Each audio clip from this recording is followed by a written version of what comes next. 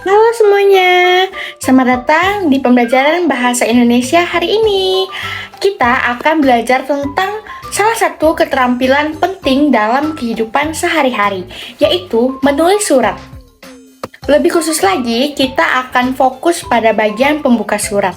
Meskipun terlihat sederhana, pembuka surat sangat menentukan kesan pertama yang diterima oleh penerima surat. Jadi, mari kita pelajari lebih lanjut. Nah, sebelum kita mulai, mari kita lihat dulu apa yang akan kalian capai setelah pembelajaran ini. Kalian diharapkan dapat memahami bagian-bagian pembuka surat, mulai dari salam pembuka, kalimat pembuka, hingga penggunaan kata sapaan dan kata baku yang benar. Nah, pada akhir pembelajaran, kalian juga harus mampu menyusun pembuka surat sendiri dengan bahasa yang baik dan santun. Siap? Mari kita mulai. Sebelum masuk ke materi, coba perhatikan dua kalimat ini. Hai teman, kalimat ini terasa lebih santai dan akrab bukan? Sedangkan dengan hormat, terasa lebih formal dan sopan. Nah, perbedaan inilah yang akan kita pelajari hari ini. Kalimat pertama cocok digunakan dalam surat pribadi kepada teman atau keluarga. Sementara kalimat kedua digunakan dalam surat resmi atau surat dinas. Jadi, pemilihan kata dalam pembuka surat sangat bergantung kepada siapa kita menulis surat dan untuk keperluan apa sekarang. Sudah mulai ada gambaran? Bagian pertama yang kita pelajari adalah salam pembuka. Salam pembuka adalah sapaan penghormatan yang ditulis sebelum isi surat. Lalu, apa fungsi salam pembuka? Fungsinya adalah untuk menunjukkan rasa hormat kita kepada penerima surat. Untuk surat resmi atau surat dinas, kita menggunakan salam seperti dengan hormat atau salam hormat. Perhatikan tanda koma di akhirnya.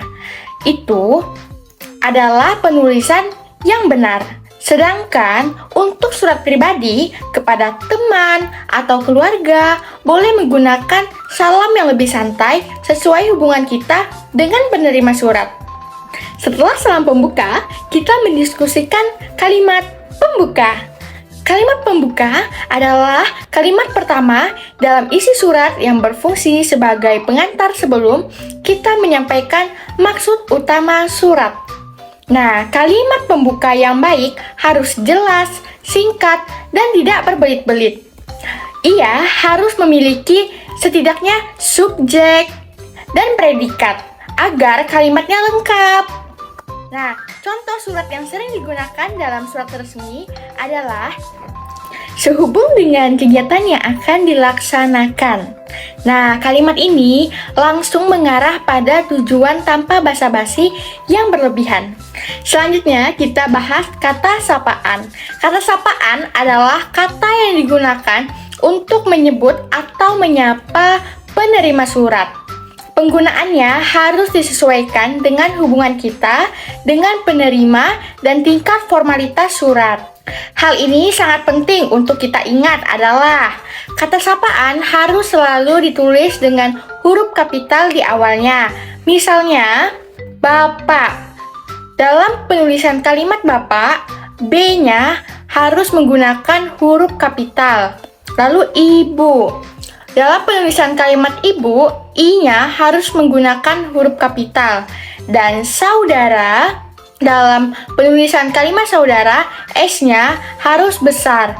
Ini bukan sekadar Bapak, Ibu, Saudara yang menggunakan huruf kecil.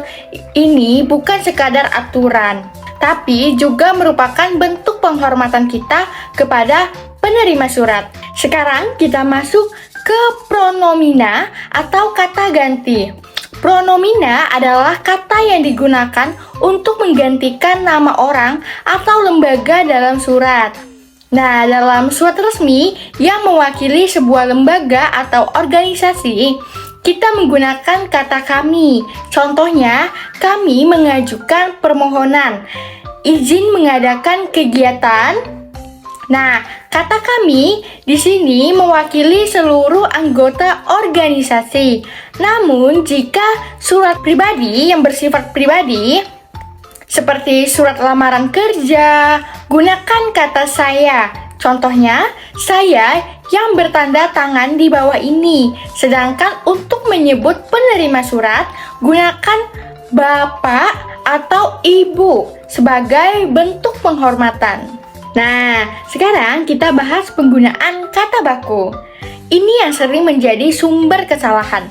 Dalam surat resmi, ini wajib menggunakan kata-kata baku, yaitu kata yang sesuai dengan kaidah bahasa Indonesia yang sudah ditetapkan. Kata-kata seperti enggak, udah, atau gimana adalah kata tidak baku yang biasa kita gunakan dalam percakapan sehari-hari. Namun, dalam surat resmi, kata-kata ini harus diganti yang awalnya enggak menjadi tidak, dan udah menjadi sudah, dan yang gimana menjadi bagaimana. Menggunakan kata baku menunjukkan bahwa kita serius dan menghormati penerima surat. Sekarang, perhatikan contoh lengkap pembuka surat resmi ini. Kita bisa lihat dengan jelas bahwa pembuka surat terdiri dari dua bagian utama. Yang pertama, salam pembuka. Dengan hormat, singkat jelas diikuti tanda koma. Kedua, kalimat pembuka. Kalimat ini langsung menyebutkan tujuan surat. Perhatikan juga penggunaan kata kami sebagai pronomina yang tepat. Dan semua kata yang digunakan adalah kata baku. Inilah contoh pembuka surat yang baik dan benar. Sekarang, saatnya kalian mencoba sendiri. Silahkan baca teks di bawah ini yang ada di slide ini dengan saksama. Setelah membaca, tentukan bagaimana yang merupakan salam pembuka dan bagian mana yang merupakan kalimat pembuka. Dan jangan lupa, pastikan juga apakah kata sapaan sudah ditulis dengan huruf kapital, apakah semua kata yang digunakan adalah kata baku.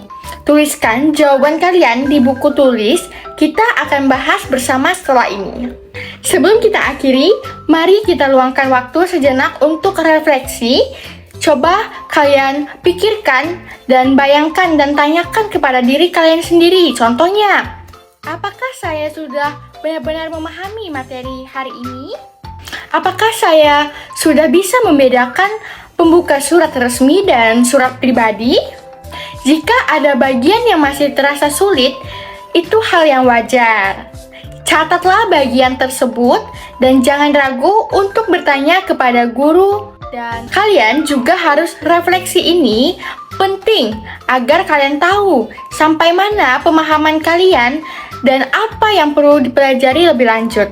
Baik, itulah pembelajaran kita hari ini tentang pembuka surat. Kalian sudah belajar tentang salam pembuka, kalimat pembuka, kata sapaan, pronomina, dan kata baku. Semua ini adalah bekal penting untuk menulis surat yang baik dan santun. Ingat selalu, kesan pertama dalam sebuah surat ditentukan oleh bagian pembukaannya. Jadi, pastikan kalian selalu memulai surat dengan bahasa yang tepat dan sopan. Terima kasih atas semangat dan perhatian kalian hari ini. Sampai jumpa di pembelajaran berikutnya. Tetap semangat!